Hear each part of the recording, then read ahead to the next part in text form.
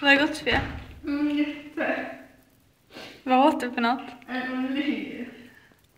Titta. Måste du kvar? Måste bara ta.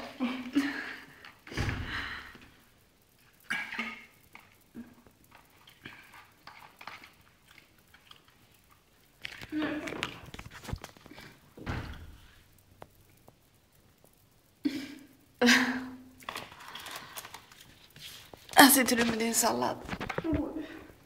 Oliver. Vadå, gillar du inte oliver? Och svavlar ner.